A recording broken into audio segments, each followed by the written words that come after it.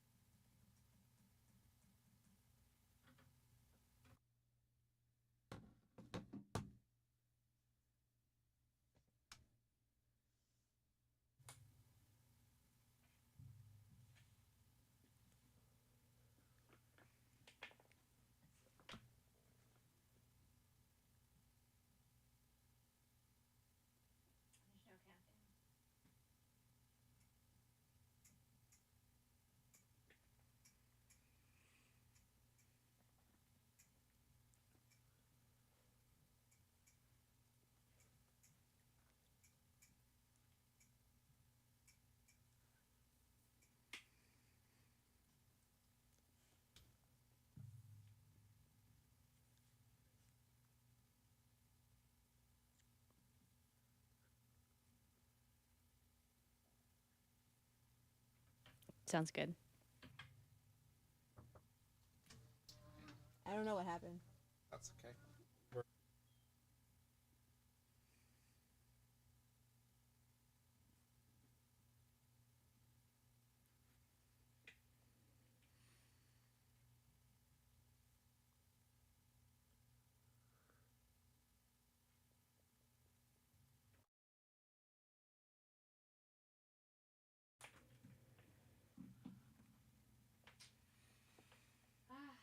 Okay, land acknowledgement, 8 seconds, come on.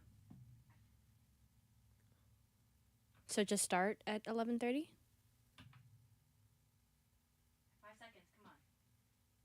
Oh, thank you.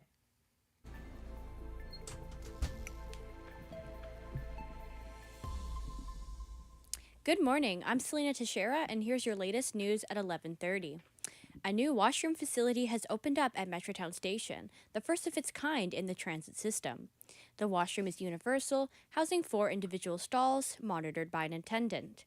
The facility has been decorated with artwork by a local artist, Sandeep Johal, with plans to build more at stations like Phipps Exchange, Scott Road, and Commercial Broadway. We are now joined by reporter Braden Coombs. So, Braden, why is this an important story, and what is your fresh take?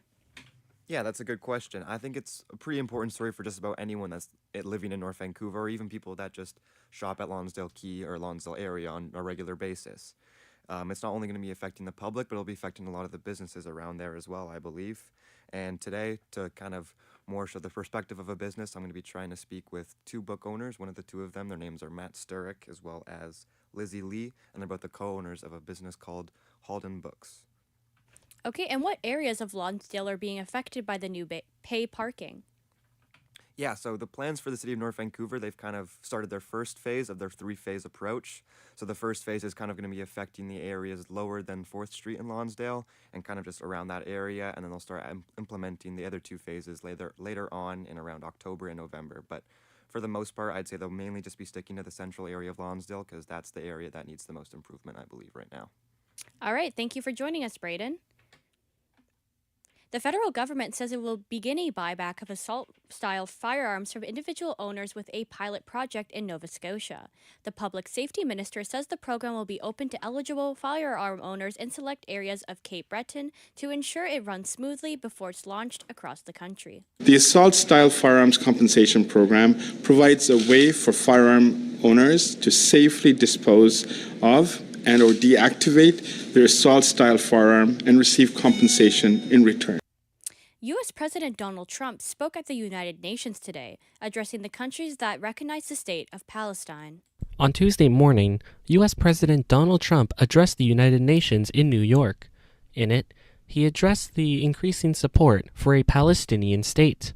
Trump said that Palestinian statehood would be a reward for Hamas, echoing the words of Israeli Prime Minister Benjamin Netanyahu on Monday. It comes as Canada, the United Kingdom, Australia, and France all officially announced their recognition of the state of Palestine. The U.S. is one of 10 countries who voted against a 2-state solution. James Ngo, BCIT News. Prime Minister Mark Carney says Russian President Vladimir Putin is solely to blame for Ukrainian children being abducted by Russia. Carney spoke to the attended world leaders today as he co-chaired the event at the United Nations General Assembly with Ukrainian President Volodymyr Zelensky. Speaking for global support for Ukraine as the U.S. administration pulls out of financial and military aid. Carney says the reunification between the children and their families must be prioritized as they work towards peace in the region. The Prime Minister is now holding meetings with other leaders and CEOs. Southern Chinese cities scaled back on many aspects of daily life today, with schools and business closures and flight cancellations as they braced for the strongest typhoons in years, as it already killed 3 people and displaced thousands in the Philippines. It is still relatively quiet as severe typhoon Regasa edges closer to Hong Kong. It is the strongest storm of the year, and it has been dubbed by Chinese authorities as the king of storms. We're talking more than 400 flights grounded so far in southern China. Hundreds of thousands of people have been evacuated from there. The storm already killed 3 people as it tore through northern Philippines. Authorities here very much telling everyone to hunker down as we are in for a long night. President Donald Trump has returned to the United Nations to boast of his second-term foreign policy achievements and lash out at the world body as a feckless institution. He also warned Europe it would be ruined if it doesn't turn away from a double-tailed monster of ill-convicted migration and green energy policies. World leaders listen closely to his Tuesday remarks at the UN General Assembly, as Trump has already moved quickly to diminish U.S. support for the world body in the first 8 months of his office. That was your latest news headlines for the morning. I'm Selena Teixeira, and you're listening to BCIT's The Crow.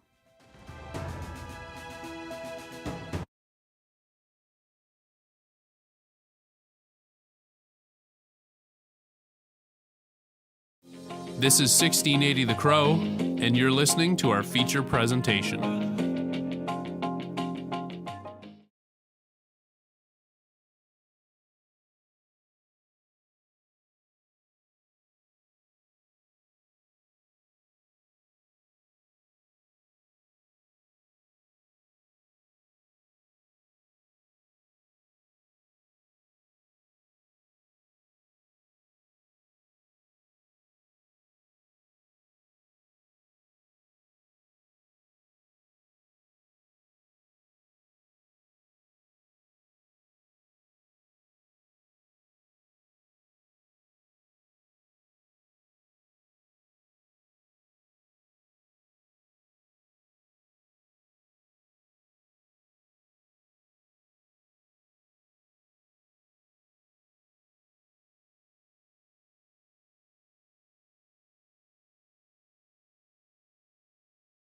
Brought out to Vancouver with me when I moved here for university, and he lived until 17, and he was diabetic and had kidney disease, and he made it through all that, and he was a really good little friend. And now I've got 2 kittens, Gigi and Ember, and they're also really good friends.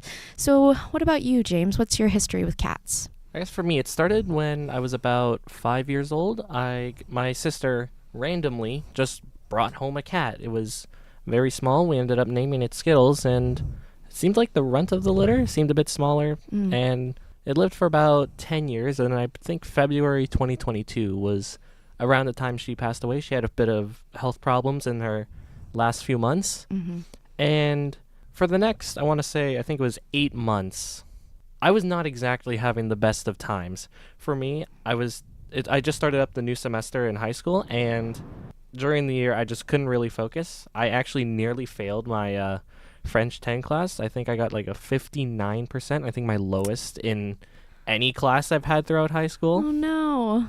It's just like a death can really affect someone for like months, even when you think you're fine. And then in November, or was it maybe early December, my mother was looking for another cat. We ended up finding a 6-week-old kitten in Chilliwack. So we drove all the way out there, picked her up, brought her home, and we ended up naming her Fifi. She is very adorable. She was scared at first, but now is extremely clingy.